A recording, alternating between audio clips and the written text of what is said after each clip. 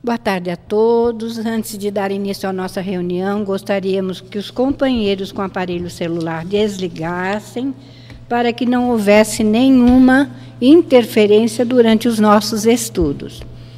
E vamos ler a paginazinha sob o título Esmorecer Jamais.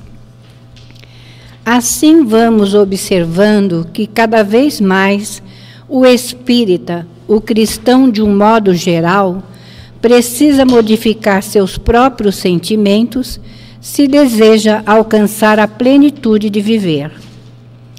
O tempo que se dedica à distração, as horas que se perdem diante de uma televisão, os momentos em que se escutam mexericos, tudo isso poderia ser transformado em uma firme determinação do espírito, fazendo com que esses momentos fossem empregados no estudo de si mesmo, analisando as próprias fraquezas, analisando os próprios problemas. Estabeleçamos, pois, a coragem da fé, estabeleçamos a dedicação ao bem, estabeleçamos ainda em nós um tempo para nos autoanalisarmos. Fazendo assim, certamente de muitos problemas nos furtaremos e muitas coisas poderão ser transformadas dentro do nosso coração. Que Deus nos ajude, nos abençoe, nos conduza e traga muita fé para todos, a coragem da fé. Deus a todos conduza durante o dia, a noite, a semana, o mês, porque estão nesta vida para pagar um débito com a lei de Deus. Tenham a certeza, no entanto, de que esse débito está sendo pago. Tenham a certeza de que todos estão no caminho do bem. Tenham a certeza de que vocês estão vencendo. Deus fique com todos. Antônio de Aquino, do livro Inspirações do Amor Único de Deus, volume 1, e a psicografia de Altivo Caríssimo Panfiro. Graças a Deus. E eis-nos aqui, Senhor, nos apresentando para a tarefa que Tu nos confia neste momento. Que nós coloquemos, Senhor, todo o nosso sentimento e a nossa vontade em Te servir. Assim como Tu nos servistes enquanto aqui estavas e continuas nos servindo. Ajuda-nos, Senhor, a termos a compreensão da vida, a aceitação de tudo aquilo que o nosso espírito necessita, porque todos nós estamos na terra para expiar e expurgar as nossas mazelas de um passado ainda tão presente. E que a Tua bondade, a Tua paz e o Teu amor seja derramado sobre todos que aqui estão e sobre todos aqueles que não puderem estar aqui no dia de hoje. Que seja, Senhor, em Teu nome, em nome de Maria de Nazaré, em nome de toda a direção espiritual da Casa do Caminho, e acima de tudo em nome de Deus, nosso Pai, que encerrando essa prece, possamos dar início ao nosso estudo da tarde de hoje. Mas ainda Te pedimos, Senhor, abençoa a nossa Raquel, dá-lhe a inspiração e a intuição para que ela possa explanar o Teu Evangelho, hoje, agora e sempre. Graças a Deus.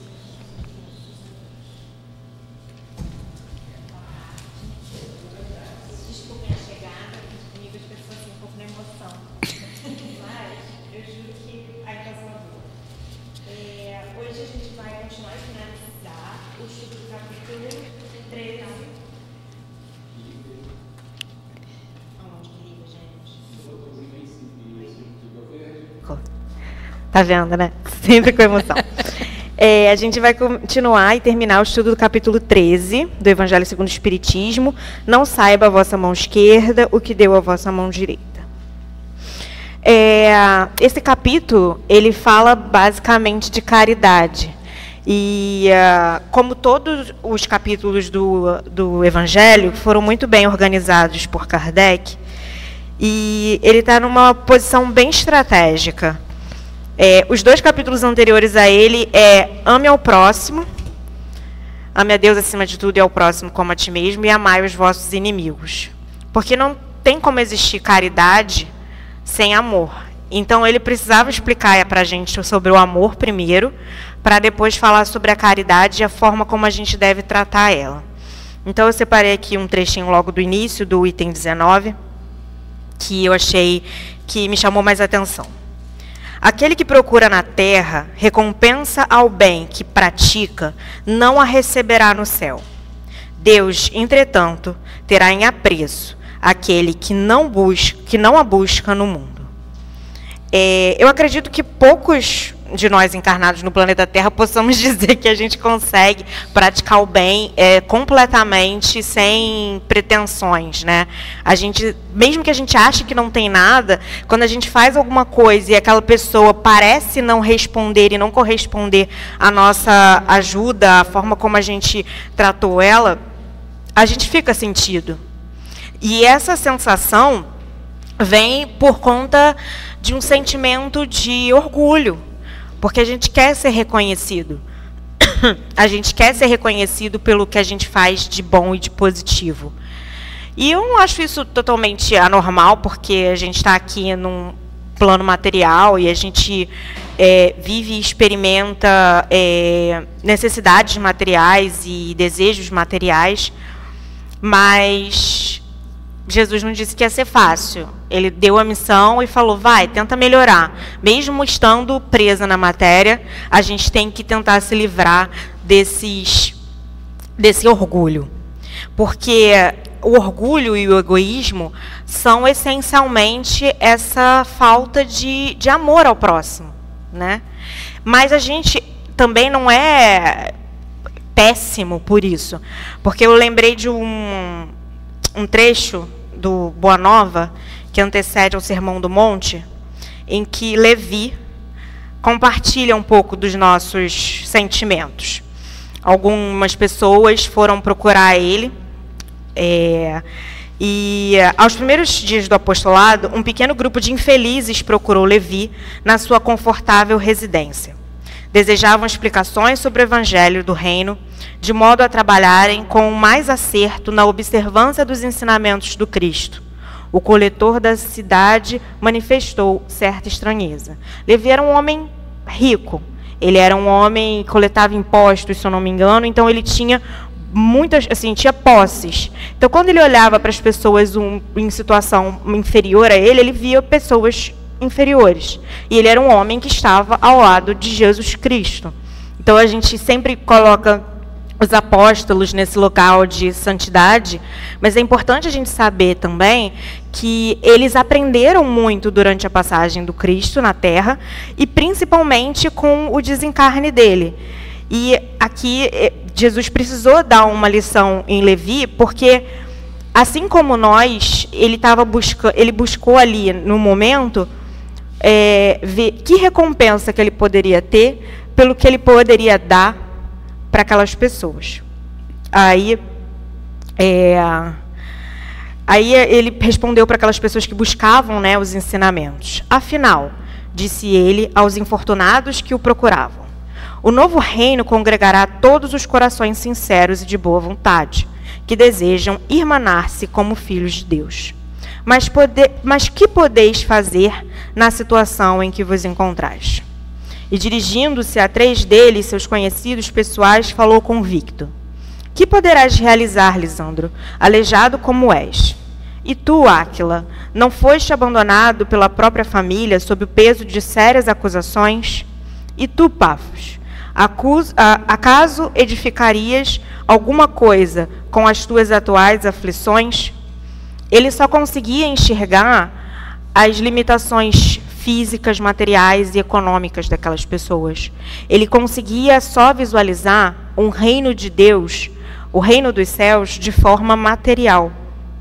O que aquelas pessoas poderiam fazer diante de uma missão que era tão importante? E aí aqueles homens saíram tristes, né? Decepcionados, se sentindo muito mal, porque não poderiam contribuir de forma alguma, mas pensando que mais tarde eles poderiam ouvir uma palavra e o ensinamento do Cristo. E aí, ele, conversando com Jesus e André depois, explicou a situação e falou: que conseguiria o evangelho do reino com esses aleijados e mendigos? E aí Jesus, né, com muita bondade, porque se fosse eu, acho que já dariam fora no Levi, que a pessoa que não tem paciência, chegou para ele e falou: no entanto, Levi, precisamos amar e aceitar a preciosa colaboração dos vencidos do mundo. Se o evangelho é a boa nova, como não há de ser a mensagem divina para eles, tristes e deserdados na mesma família humana? Os vencedores da terra não necessitam de boas notícias. Nas derrotas da sorte, as criaturas ouvem mais alto a voz de Deus, buscando os oprimidos, os aflitos e os caluniados. Sentimos-los tão unidos ao céu, nas suas esperanças, que reconhecemos na coragem tranquila que revelam um sublime reflexo da presença de nosso Pai em seus espíritos. Já observaste algum vencedor do mundo com mais alta preocupação do que a de defender o futuro de vossa vitória material? E aí, depois de mais conversas, né, e um tempo depois, Jesus foi e deu o Sermão do Monte, que trata também dessa passagem. É óbvio que ali tem outras questões além da caridade, né, e do que a gente pode dar para o outro sem olhar e sem perspectiva do que encontrar. Mas a gente também muitas vezes pensa no presente. A gente pensa no que aquela pessoa pode nos fornecer naquele momento. Ou por que aquela pessoa naquele momento não soube reconhecer o bem que a gente causou para ela. Mas isso não é amar o próximo como a ti mesmo. Porque se a gente está numa situação em que a gente precisa de ajuda, seja ela material ou moral, a gente gostaria que alguém nos ajudasse. E se a gente precisa de ajuda e não necessariamente a pessoa que pode nos ajudar vai ser favorecida por isso, a gente vai ficar na mesma situação em que a gente está, situação difícil, porque a gente não pode fornecer alguma coisa. A gente sempre acha que a gente também vai ser muito grato à pessoa que nos ajuda, mas às vezes, no turbilhão das coisas, a gente nem identifica o momento de ser grato. A gente nem identifica a situação em que a gente pode corresponder. Mas existe uma vida futura. Na verdade, existe uma continuidade dessa vida. E quem diz que essas pessoas não vão estar ao nosso lado, nos ajudando em outras encarnações, em outros momentos? Quem disse que essas pessoas, no momento mais difícil das nossas vidas, não vai estar do nosso lado? Porque muitas vezes o que a gente pensa que é gratidão e recompensa, não é. Muitas vezes o que a gente vê como ser ignorado por alguém é um livramento. Você sabe que energia aquela pessoa está, que momento que aquela pessoa está, que situação que aquela pessoa está, numa aflição, que de repente ela não consegue ajudar nem ela mesma, que dirá a gente. Mas nós apenas conseguimos enxergar o momento presente e as nossas necessidades de ego, né? E aí, tem aqui o trecho que fala um pouco sobre isso, do Evangelho, no item 18. E sabeis, porventura, se o benefício momentaneamente esquecido não produzirá mais tarde bons frutos? Tende a certeza de que, ao contrário, é uma semente que com o tempo germinará. Infelizmente, nunca vedes senão o presente. Trabalhais para vós e não pelos outros. Os benefícios acabam por abrandar os mais empedernidos corações. Podem ser olvidados neste mundo, mas quando se desembaraçar do seu envoltório carnal, o espírito que os recebeu se lembrará deles, e essa lembrança será o seu castigo. Deplorará a sua ingratidão, desejará reparar a falta, pagar a dívida noutra existência, não raro buscando uma vida de dedicação ao seu benfeitor. E assim, a gente nem deveria precisar, né, dessa certeza de que em algum momento a gente vai receber alguma coisa positiva dessa outra pessoa. Porque é o que ele falou no início. Se a gente busca as glórias na terra, no plano material, a gente não vai conquistar elas no céu, a gente não vai receber elas no céu, no plano espiritual. Porque se a gente só ajuda com o objetivo de receber alguma coisa em troca, não é a verdadeira caridade. Porque não existe o verdadeiro amor. A gente, obviamente, não precisa ter amor assim, absoluto, cair aos pés de toda pessoa, mas não, a gente precisa ter um amor empático. Empatia é uma forma de amor. Você ver aquela pessoa que está num momento difícil, sofrendo, e você estender a sua mão a ela. E não necessariamente de forma material, pode não ser um prato de comida ou alguma coisa nesse sentido, mas uma palavra amiga, ou simplesmente não falar dessa pessoa, não falar mal dela, não não aumentar um problema que você sabe que pode ser gerado. Isso tudo é caridade. E sem você esperar que essa pessoa vai fazer o mesmo por você. Porque aí corresponde a ela com o que ela vai fazer com a vida dela e com o contrato que ela tem com Deus e com Jesus. O meu contrato, eu posso alinhar, eu posso saber se eu estou cumprindo. E muitas vezes a gente fica nessa de, não, a gente precisa ser caridoso, a gente precisa ajudar. Mas que tipo de ajuda é essa que a gente está concedendo às pessoas? É uma ajuda humilde? É uma ajuda empática? Quando a pessoa vem pegar a sua cesta básica, a gente olha no olho dela e entende as suas necessidades, não só materiais. A gente olha para os nossos jovens e as nossas crianças de evangelização nos olhos e identifica o que elas estão precisando. Esse trabalho de caridade é muito maior do que simplesmente a gente doar alguma coisa material para as pessoas. E é muito mais engrandecedor do que qualquer recompensa e agradecimento que a gente possa receber. Nos momentos mais difíceis que eu passei, eu entrava na Casa do Caminho muito mal, e eu saía muito bem sem sequer entrar na sala do passe. Porque no momento que eu entrava aqui, que eu entro aqui, e os evangelizadores sabem disso, a gente trabalha para o outro. O que é melhor para eles? A mesa está arrumada direito? O café está gostoso? O leite está com bastante chocolate? O pão está legal? E a aula vai ser divertida? E o que aquele tema vai... como é que a gente vai trabalhar com cada adolescente, com cada criança, determinado tema? Como a gente prepara a aula? Como a gente prepara cada temática de aula, pensando nas necessidades do outro? E aí você entra aqui mal, energia lá embaixo, uma semana inteira de trabalho, de estresse, problema, né? E você não precisa entrar na sala do Dr. Herman para tomar passe. Porque o seu trabalho aqui, de caridade, te reforça. E por quê? Porque a espiritualidade não está só dentro da sala do Dr. Herman. A espiritualidade está dentro da casa do... A espiritualidade está no planeta, né? no universo. Mas o trabalho que é feito no plano espiritual aqui, enquanto nós estamos fazendo essa palestra, é inimaginável. Enquanto nós estamos fazendo o estudo, é inimaginável.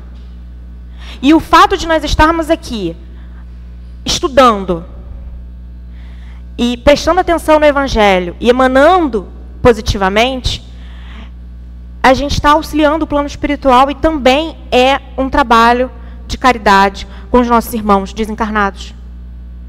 E com outras pessoas encarnadas que vão receber o auxílio desses espíritos que estão aqui se preparando para o trabalho. E a gente não percebe. Pequenas coisas do nosso dia que são parte do amor ao próximo e a gente não percebe. Tá dentro da casa, fazer um estudo com coração cheio de amor, fazer o nosso trabalho com coração cheio de amor, doar o nosso tempo para as pessoas, ouvir uma pessoa que está precisando ser ouvida sem falar nada. Às vezes a gente não precisa dar pitaco na vida de ninguém. Inclusive, a gente nunca precisa dar pitaco na vida de ninguém. A não ser que a pessoa pergunte e a gente tenta dosar ali o que a gente vai falar. Mas no nosso dia a dia a gente tem muitas oportunidades da nossa mão direita dar alguma coisa sem a nossa mão esquerda saber. E o que ele quis dizer com isso? As nossas mãos, elas são complementares. A gente faz muitas coisas, né? Todo o nosso corpo é um organismo inteiro e atua junto. Então, como é que uma mão vai fazer um negócio e a outra não vai saber? Não faz sentido. Mas, claro que faz. O que faz é, você deu com essa e você não cobra com essa. Você dá com as duas.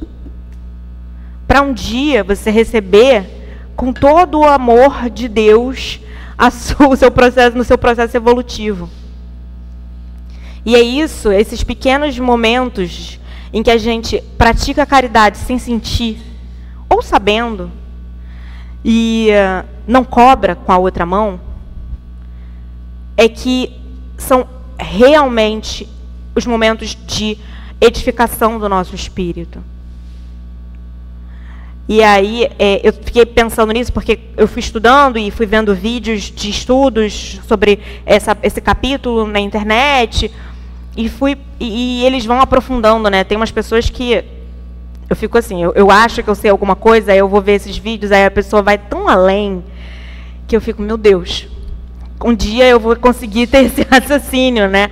Porque a pessoa começa aqui, não dá a sua mão esquerda que a vossa mão direita, ele termina lá em, sei lá, Sócrates. E aí eu fiquei pensando, né, sobre essas coisas que a gente não percebe mesmo as nossas oportunidades. Como é interessante saber que a gente está aqui proporcionando algo de muito positivo para o plano espiritual, poder continuar o trabalho de Jesus. Como os jovens, quando eles vêm aqui, eles nos transmitem essa energia, esse fluido positivo, as crianças também. E como isso tudo é armazenado para o trabalho de cura, para o trabalho de cura de outros lugares que esses espíritos transitam, que os espíritos que estão nas suas caravanas de auxílio vêm para a Casa do Caminho se reenergizar. Então, eu fiquei assim, tentando entender mais ou menos o que a gente poderia, o que eu poderia complementar, né, disso. E aí, lá mais pro fim do capítulo, ele tem um momento que ele fala assim: o verdadeiro cristão vê somente irmãos em seus semelhantes e não procura saber, antes de socorrer o necessitado, qual a sua crença ou a sua opinião, seja sobre o que for. Na época em que Jesus estava encarnado, existiam muitas... Desculpa que eu vou abrir aqui um texto. Eu vou abrir um texto que eu peguei de Emmanuel, que eu achei interessante.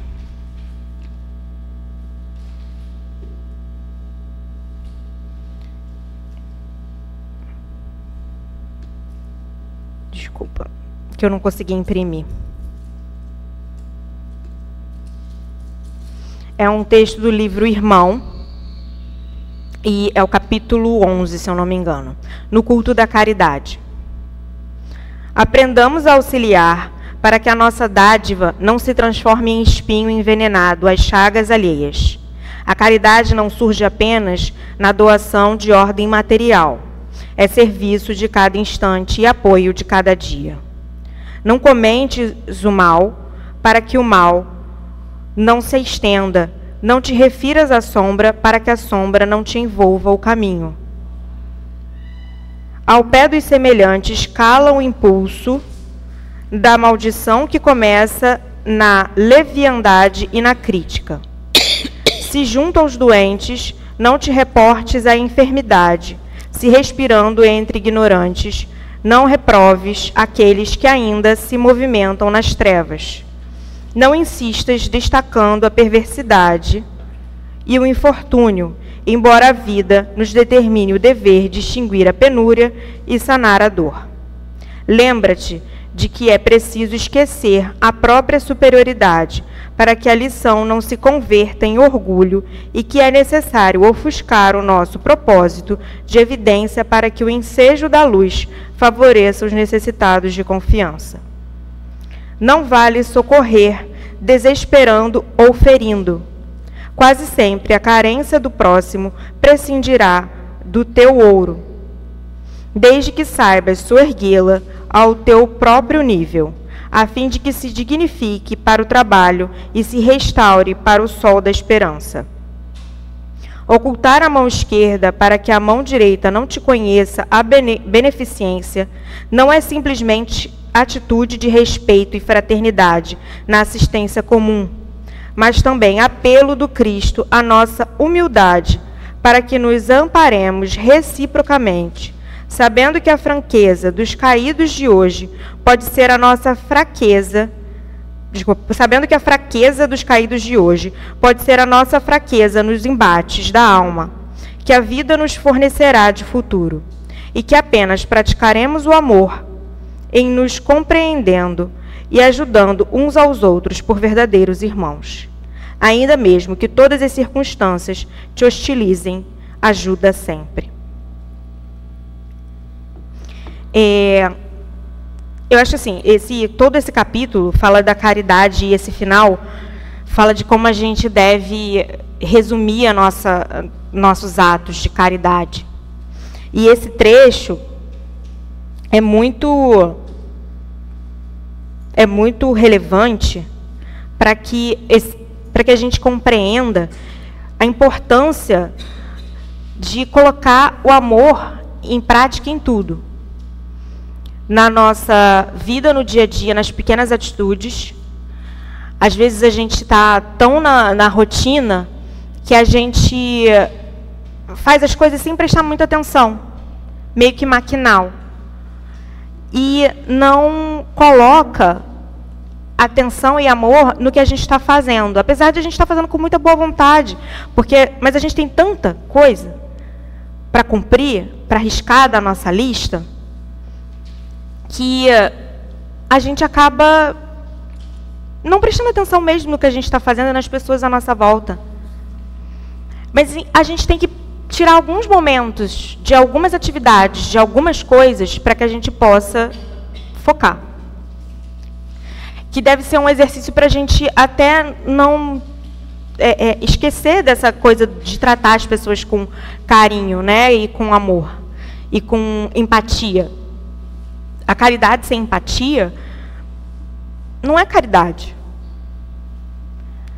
Como no capítulo anterior do Amai Vosso Inimigo a gente estudou, os Espíritos explicam, você não precisa ser melhor amigo daquela pessoa que não gosta de você, que te fez mal. Mas você não precisa odiar ela, e se um dia ela te aparecer na sua frente numa situação de extremos problemas, você pode ajudar ela. Porque o que ela fez com você, aquilo é com ela. O que você vai fazer para ela, aquilo é com você. O mal que a gente fala da outra pessoa, aquela coisa que a gente sabe da outra pessoa que a gente passa para frente, o desdém que a gente trata determinados problemas de alguém, enfim, né, tantas outras situações, o cobrar de que aquela pessoa lembre do que a gente fez para ela, tudo isso é falta de amor ao próximo, falta de empatia com aquela pessoa, falta de enxergar verdadeiramente o ensino do Cristo. A gente precisa observar o outro e ver o outro como se fosse a gente. Mas isso é muito difícil. A gente tem uma grande dificuldade com entender o outro como sendo uma extensão da gente mesmo. Porque somos todos iguais, né? Todo mundo tem defeito. Um tem um defeito, outro tem outro. Outros têm defeitos parecidos ou iguais, em graus diferentes. Mas por que que os nossos a gente releva tanto e o dos outros é tão problemático?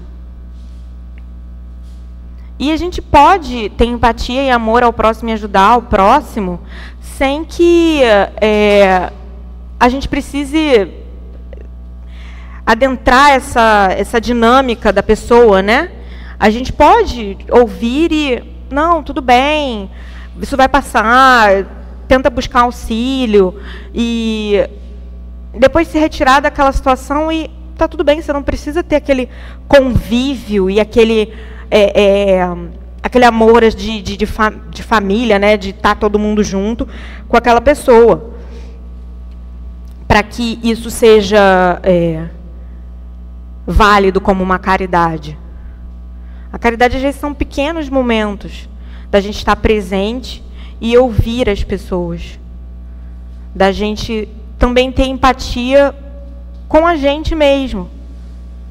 Como a gente se cobra também, né, de retribuir, de dar de volta, de ser, como a gente fala, né, como a gente espera que a pessoa retribua o que a gente fez, de retribuir aos outros, e se a gente não consegue, a gente também se martiriza pra caramba e fica naquele negócio. E às vezes a gente, calma, não é o seu momento de retribuir aquilo ainda.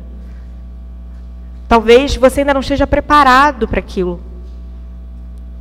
Se você está se sentindo mal por não ter colocado em prática esse respeito pelo que a pessoa fez, é porque você é uma pessoa consciente. E você sabe que aquele foi um bem que você recebeu e você vai doar de volta. E aí, nesses estudos que eu fiz, eu achei eles falaram uma frase, eu não sei quem foi que falou, porque era um grupo que estava fazendo o estudo. Pegar aquilo que Deus me oferece e transportar para o lugar em que deve estar é obrigação. Caridade como sendo benevolência, indulgência e perdão. Porque toda a dádiva que a gente tem vem de Deus. O tempo, os bens, a saúde, são dádivas que a gente recebe de Deus. E se a gente aplicar isso para ajudar ao próximo, não é um direito, é um dever. Porque senão a gente estaria aqui sozinho. Só com as pessoas que a gente gosta, ou quem não gosta de ninguém estava sozinho. E a gente não precisava conviver, não precisava viver em sociedade. E nascia por livre, espontânea vontade de Deus, surgia aqui e morria depois e era isso. Ou então nem nascia. Porque se a gente não, qual seria o nosso propósito se não ajudar o próximo? Se ajudar nesse caminho que já é muito difícil. E ninguém precisa dificultar mais nada. Então, eu achei muito interessante colocar essa coisa da caridade como um compartilhar aquilo que Deus nos fornece. Porque se é de Deus, tem que ser colocado em prática para o bem. Não poderia ser diferente. E eles também colocaram uma frase de Dr. Bezerra de Menezes, psicografada por Chico Xavier, que é: o sacrifício pessoal é o preço do acesso aos caminhos da grande luz. E a gente não vê ninguém que foi realmente, que assim, a gente vê, por exemplo, os santos, santificados e beatificados, nenhum deles teve uma vida fácil. Inclusive, acho que é um pré-requisito, né, você ter vivido um martírio para você ser beatificado, santificado, alguma coisa assim. Eu não entendo muito desse processo. Mas todos eles passaram por situações horríveis. Grandes provações e grandes sacrifícios pessoais. De abdicar do convívio com a sua família, do conforto, para trabalhar em prol de Jesus e da missão que Ele nos deu. E a gente acha que a gente vai conseguir fazer isso sentado, vendo televisão, assistindo série e ignorando as outras pessoas ao nosso redor. É muito difícil o amar o vosso inimigo, é muito difícil amar o vosso próximo, é muito difícil dar e não cobrar com a outra mão. A gente ainda vai pensar muito isso. Mas se toda vez que a gente pensar, a gente lembrar de Jesus falando, a gente lembrar do Evangelho, vai ser muito, já um grande passo para a nossa evolução. Vai ser uma grande conquista para a gente. Porque quando a gente começa a observar os nossos erros próprios, individuais, personalíssimos, no momento que a gente está cometendo eles, antes de cometer, na verdade, assim, né? Porque o pensamento ali já é um erro, mas antes da gente verbalizar e botar para fora e aquilo se transformar numa coisa maior, a gente já começa a evitar esses problemas. E aí, quando a gente começa a evitar os problemas, a gente já começa, tipo, a respirar mais aliviado, né? Mas também não é para ninguém morrer sufocado, querendo falar as coisas que não é para falar, não é isso. É tentar entender que não é para a gente ficar exigindo do outro. Não é para a gente ficar esperando do outro. A gente faz o nosso. A gente faz o nosso.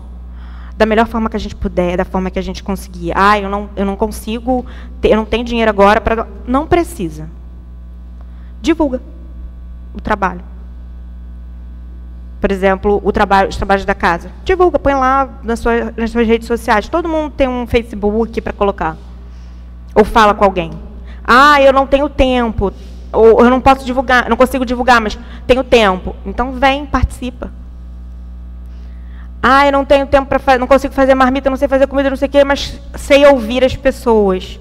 Tenho uma sensibilidade. Consigo olhar no olho delas.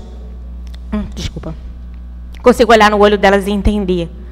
Então, aplique a sua sensibilidade para com as pessoas, como você gostaria que aplicassem sensibilidade com vocês na sua vida. Entenda, ou tente entender os problemas das pessoas como você gostaria que entendessem os seus. Aquela tristeza que você sente, aquelas dificuldades que você tem, com o filho, com o pai, com mãe, com o marido, com a esposa. Tenta entender isso do outro. E sem esperar que o outro vai entender as suas. Porque muitas vezes não vai. Não vai. Porque o nosso trabalho aqui, apesar da gente tentar auxiliar o outro, ele é individual. O nosso trabalho de evolução espiritual, ele é individual. A gente tenta auxiliar para dar uma estrutura e condições melhores para que as pessoas possam se desenvolver e evoluir moral e espiritualmente. Mas se ela vai se desenvolver e evoluir moral e espiritualmente, é com ela. Jesus não conseguiu, e ele sabia. Quantas pessoas Jesus curou que voltaram para os seus vícios, que voltaram para os seus erros, que voltaram para os seus defeitos, e ele sabia disso. E ele não deixou de ser Jesus. Ele não deixou de fazer a parte dele, ele não deixou de ser governador do planeta, ele não deixou de caminhar e seguir lá com a cruz, e ser crucificado, e voltar, e falar, olha, estou aqui, e mostrar que a vida continua. Então, como é que a gente, que tem os nossos problemas, óbvio, todo mundo tem seu martírio, mas... assim, como é que a gente, com confortos que a gente tem hoje, com as coisas que a gente sabe hoje, com a doutrina espírita que a gente nos foi trazida, com o trabalho da casa, com pessoas que nos ajudam, óbvio, né, com exceções, todo mundo tem dificuldade. Mas por que a gente vai desistir tão fácil? Ah, eu não vou mais praticar caridade porque a pessoa não enxerga, ou não vê, ou não faz nada com a própria vida. Isso não faz o menor sentido. Ah, eu não vou fazer o trabalho de rua porque essas pessoas não saem da rua. Mas isso não é com a gente. Com a gente é proporcionar condições que aquela pessoa sobreviva. proporcionar condições para que aquela pessoa melhore. A gente faz as evangelizações, faz o café da manhã, fala sobre Jesus, sobre edificação moral, sobre os ensinamentos do Cristo. Mas se eles vão assimilar aquilo, infelizmente não é com a gente. A gente pode querer muito, enfiar na cabeça de cada um. Alguma coisa vai ficar, se Deus quiser. Mas a gente pode querer muito. Mas assim, a gente também não vai deixar de fazer porque não acontece. A gente não vai deixar de dar comida porque a fome continua matando as pessoas. Pelo contrário. Enquanto tiver fome, a gente vai continuar dando comida. Porque a gente não tem que achar que a gente vai solucionar o problema do mundo. A gente tem que solucionar o nosso. A gente soluciona o nosso, que é nosso egoísmo, o nosso orgulho, a nossa tristeza, que muitas vezes a gente consegue resolver sim, amenizar sim com o trabalho da caridade. É óbvio que tem situações que a gente precisa de um especialista, que a gente precisa de médico, que a gente precisa de terapia, que a gente precisa de remédio. Sim, porque isso tudo é de Deus. Mas a caridade também é. Maria de Magdala está aí para provar isso para a gente. Ela era uma mulher com muita tristeza. Era uma mulher carente de amor, que buscou esse amor de inúmeras formas materiais. Mas ela só encontrou com Jesus, no trabalho da caridade.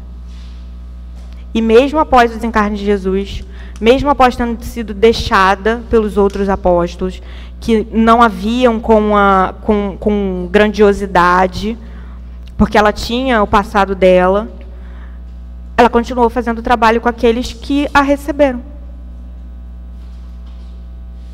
E ela foi um espírito que se edificou.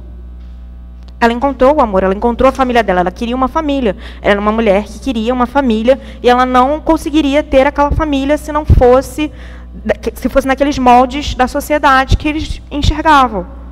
E ela encontrou a família dela no Vale dos Leprosos, com os doentes, com as pessoas que a receberam. E ali, o que ela fez, ela não estava pensando no que ela ia receber. O amor que ela dedicava àquelas pessoas, e como aquelas pessoas eram, assim, estavam ali com elas, era suficiente para ela. Pedro, que precisou passar por negar Jesus 3 vezes para entender que, sim, ele amava muito Jesus.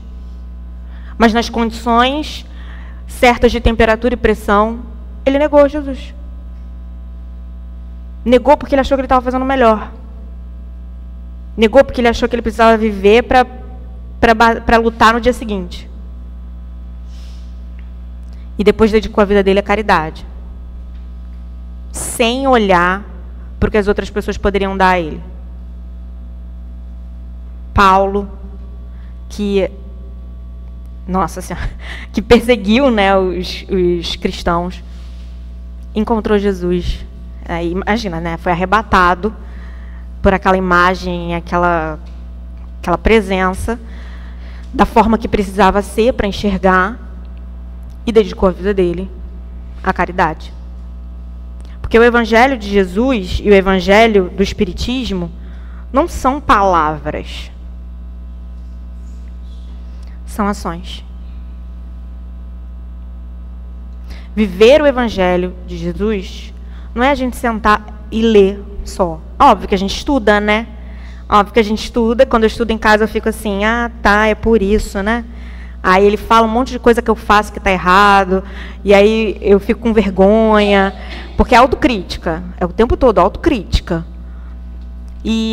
Mas é vivenciar, seja na casa espírita, na igreja católica, na igreja evangélica, no budismo, no hinduísmo, no judaísmo, em qualquer lugar. Lá no filme do Nosso Lar não tinha um monte de símbolos de todas as religiões? Porque o Espiritismo é a chave de interpretação dos textos sagrados de todas as religiões. Acho que todas elas falam de vida após a morte, todas elas, de alguma forma, né, falam de vida após a morte, da permanência do espírito, que a nossa consciência continua.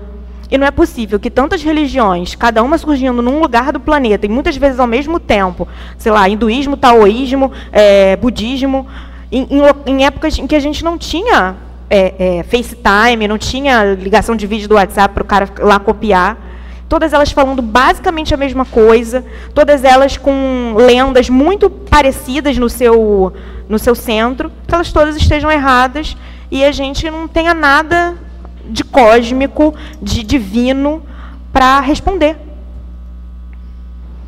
E todas elas falam a mesma coisa, a gente é que deturpa, né? Porque a gente gosta de interpretar as coisas a nosso benefício. Obrigada, tia. A gente gosta de interpretar as coisas a nosso benefício. Tudo dá para interpretar a seu próprio benefício. A gente fala isso muito do direito, né? Porque você tem uma lei, aí você tem 30 teses para aquele mesmo texto. Você pode usar ele para 20 coisas, para soltar, para prender, para cobrar, para deixar de pagar. O mesmo texto. A religião é a mesma coisa. Você tem o mesmo texto. Aí você tem 20 vertentes dentro da mesma religião. Porque cada pessoa é diferente. E aí cada pessoa tem um interesse. Aí cada pessoa vai interpretar a coisa de acordo com o seu interesse. Ah, mas hoje eu não estou afim de ajudar aquele ali não, porque aquele ali ele não pensa igual a mim. Ah, mas aquele ali está condenado ao inferno. Aí eu não preciso ajudar ele. Ah, mas aquele ali, ele pratica práticas pagãs. Ah, então vamos fazer a Inquisição. Ah, mas eu quero aquela terra daquele menino ali, daquele negócio ali. Ah, então vamos para a cruzada. Mas não dá para a gente interpretar? E isso tudo com o que Jesus falou. Com o que Jesus falou. Na verdade, muitas vezes, com o que Jesus não falou. Porque Jesus, quando ele esteve aqui, já existia todos os problemas que existem hoje, menos a parte da tecnologia, que só existia no plano espiritual já, mas aqui não existia. Já existiam todos os problemas. E ele não se dignou a falar de um terço. O que ele falou?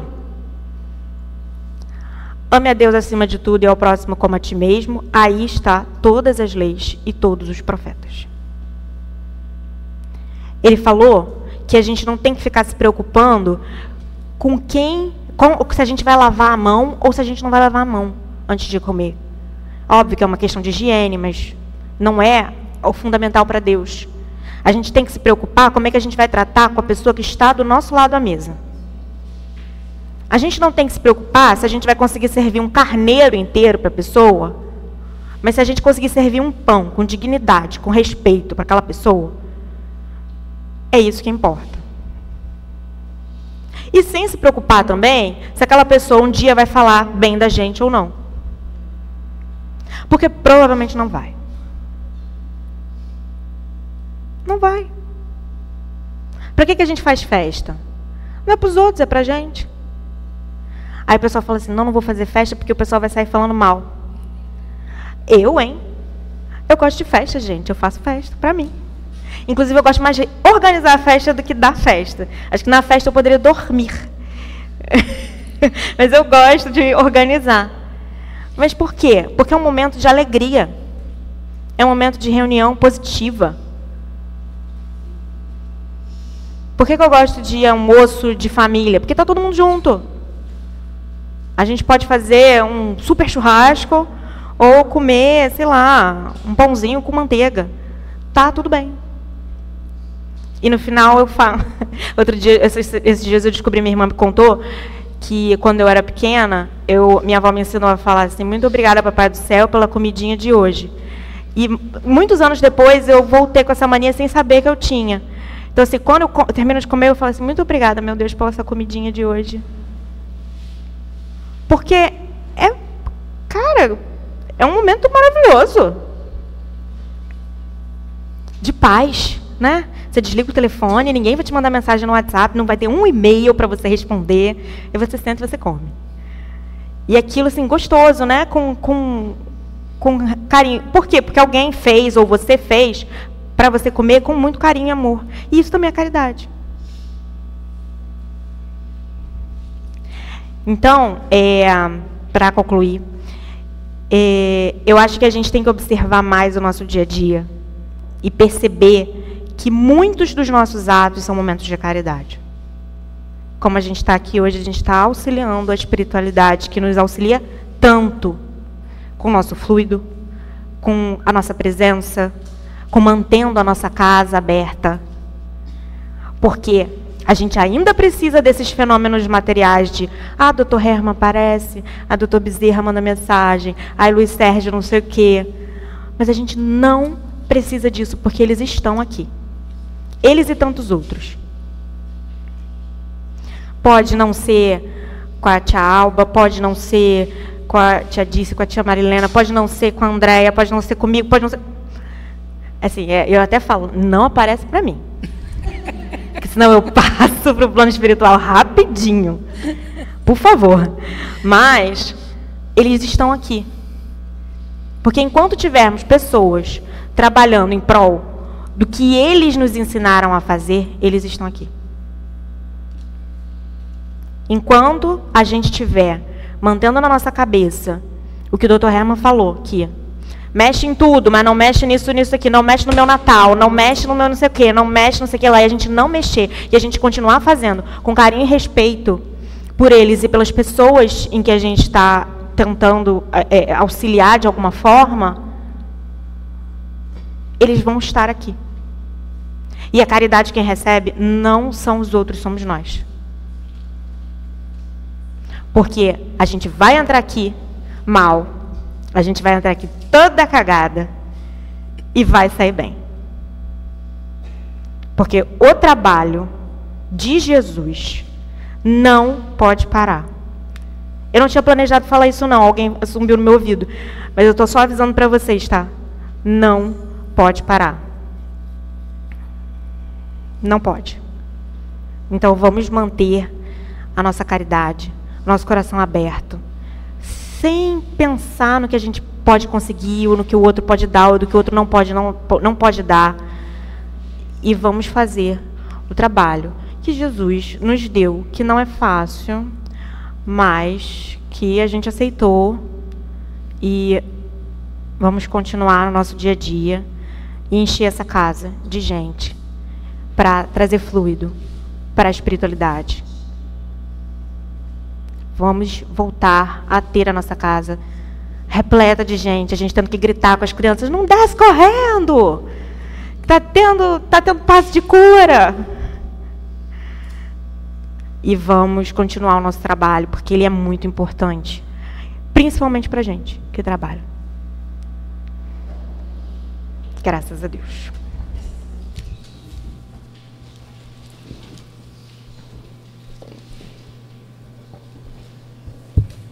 Graças a Deus. Fonte viva pelo Espírito Emmanuel. Lição 35. Não te deixes vencer pelo mal, mas vence o mal com o bem. Paulo, aos Romanos, capítulo 12, versículo 21. Repara que, em plena casa da natureza, todos os elementos em face do mal oferecem o melhor que possuem para o reajustamento da harmonia e para a vitória do bem.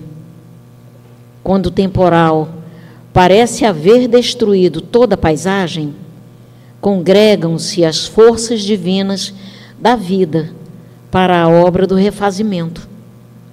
O sol envia luz sobre o lamaçal, curando as chagas do chão. O vento acaricia o arvoredo e enxuga-lhe os ramos. O cântico das aves substitui a voz do trovão. A planície recebe a enxurrada sem revoltar-se e converte-a em adubo precioso. O ar que suporta o peso das nuvens e o choque da faísca destruidora torna a leveza e a suavidade. A árvore de frondes quebradas ou feridas regenera-se em silêncio, a fim de produzir novas flores e novos frutos. A terra, nossa mãe comum, sofre a chuva de granizos e o banho de lodo periodicamente, mas nem por isto deixa de engrandecer o bem cada vez mais. Por que conservaremos, por nossa vez, o fel e o azedume do mal na intimidade do coração? Aprendamos a receber a visita da adversidade, educando-lhe as energias para o proveito da vida. A ignorância é apenas uma grande noite que cederá lugar ao sol da sabedoria. Usa o tesouro do teu amor em todas as direções e estendamos o bem por toda parte. A fonte, quando tocada de lama, jamais se dá por vencida. Acolhe os detritos no próprio seio e, continuando a fluir, transforma-os em bênçãos no curso de suas águas que prosseguem correndo com brandura e humildade para benefício de todos. Graças a Deus. Graças a Deus. Agora vamos para o nosso passe, que os médios se posicionem.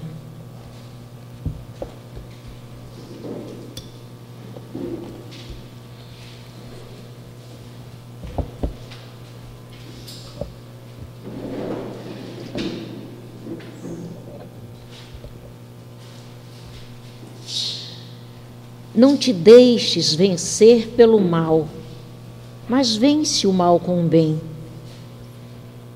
Em dias difíceis, quais os que a humanidade está passando, esta citação de Paulo deve estar presente em nossos sentimentos o tempo todo, para que não sejamos vencidos pelo pessimismo que assola a terra.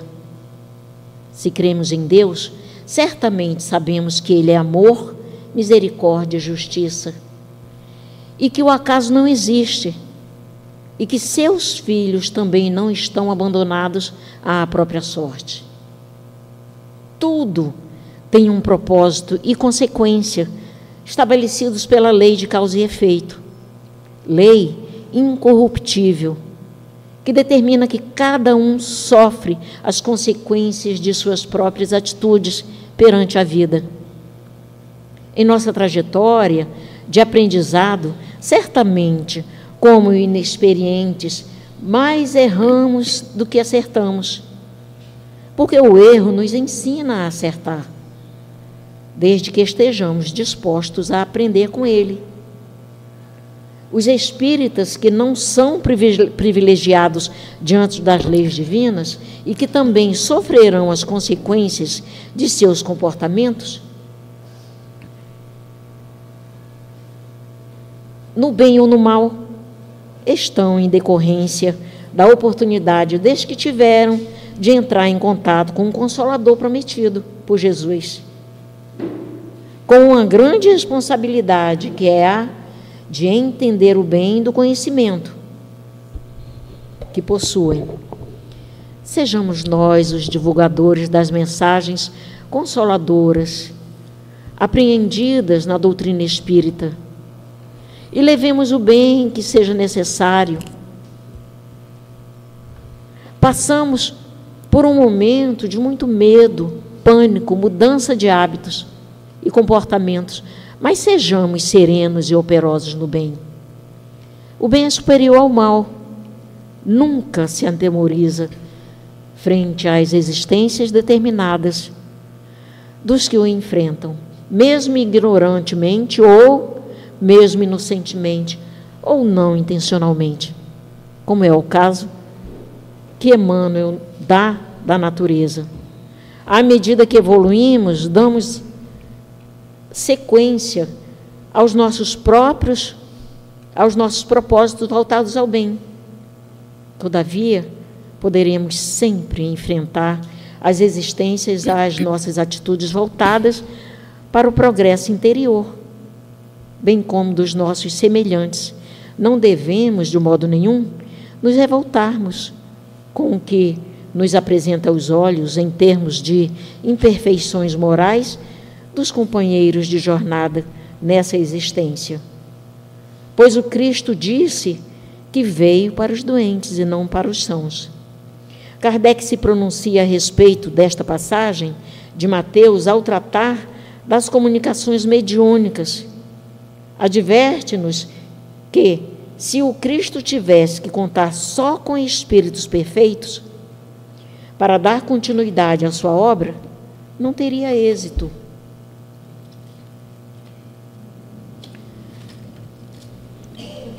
Então, não podemos cobrar a perfeição de nenhum médium, pois ele é o primeiro necessitado das comunicações que são ditadas através dele. O Cristo estava sempre entre os que, de boa vontade, apesar de sua imperfeição, paravam para lhe escutar e receber uma graça, uma cura, uma consolação. É só ver o caso de Zaqueu, o publicano. O mestre estava atento aos homens de boa vontade, que se descobriam e se modificavam ao contato com ele. Ele sabia o que vinha nos corações dos homens. Zaqueu, que até então era um homem doente da alma.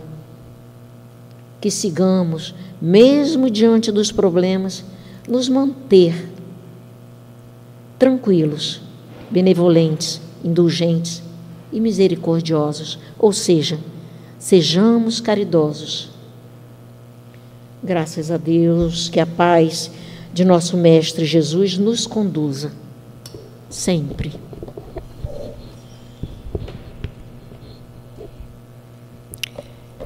E diante deste Evangelho, que nos fala da ingratidão e que nos exorta à beneficência.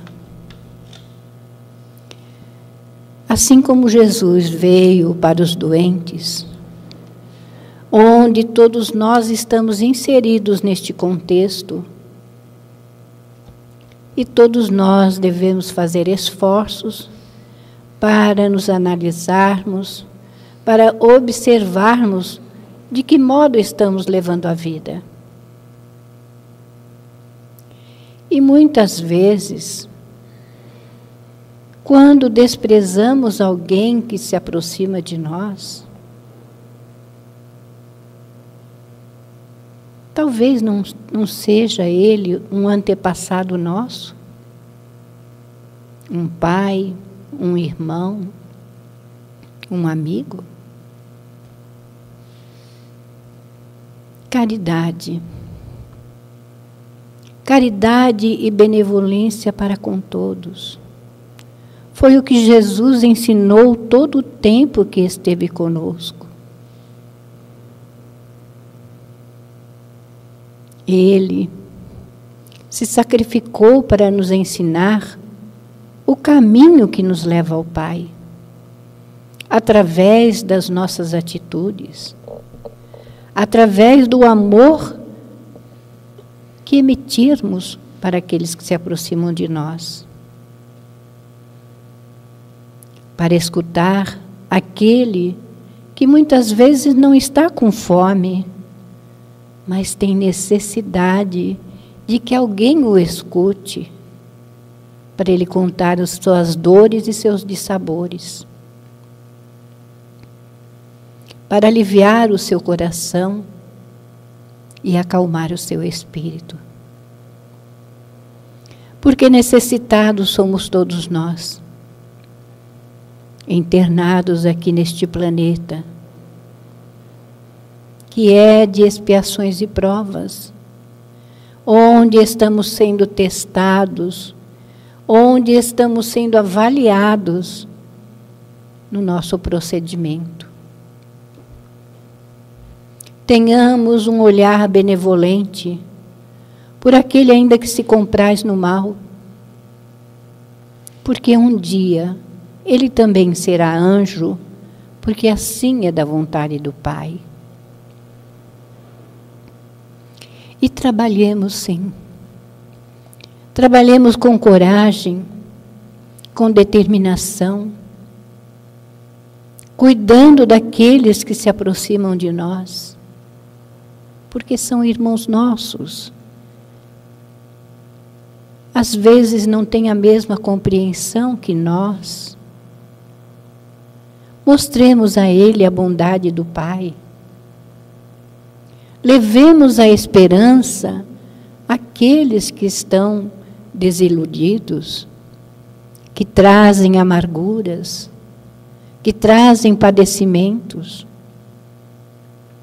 Lembrando a eles que eles também são filhos de Deus e têm direito a serem felizes. Não da maneira que nós desejamos, tendo o carro do ano, tendo a melhor casa, mas é olhando o nosso irmão e estendendo a mão a ele. Lembremos dos caídos na terra e levemos sim o consolo e a esperança a todos eles, porque esse é o nosso dever, é a nossa obrigação, nós que já recebemos muito, e façamos a nossa parte, com muito amor, com muito carinho, com muita devoção, assim como nos ensinou o nosso Mestre Jesus. E olhemos sim esses grandes espíritos, os apóstolos que conviveram com Jesus naquela época, eram homens do povo, que traziam as suas dificuldades, mas que compreenderam as lições que o Cristo veio para dar a cada um. E conseguiram triunfar, conseguiram vencer as suas provas, testemunhando o seu amor e a dedicação ao Mestre. Sim, tenhamos a coragem de passar por todos os problemas na vida, sabendo que hoje nós estamos tendo a oportunidade de escrever a nossa história de uma forma diferente. As dores fazem parte da nossa caminhada, porque são a construção daquilo que semeamos no passado. E hoje nós estamos tendo a oportunidade de refazer de uma forma diferente, com mais responsabilidade, com mais amor, na certeza de que tudo na vida passa e as nossas atitudes ficarão marcadas em nós. Que Deus, nesse momento, possa derramar sobre todos vós o seu amor, a sua paz, e que todos possam levar também essa paz e esse amor a todos os corações que convivem convosco. Um abraço da amiga de sempre, Aura Celeste.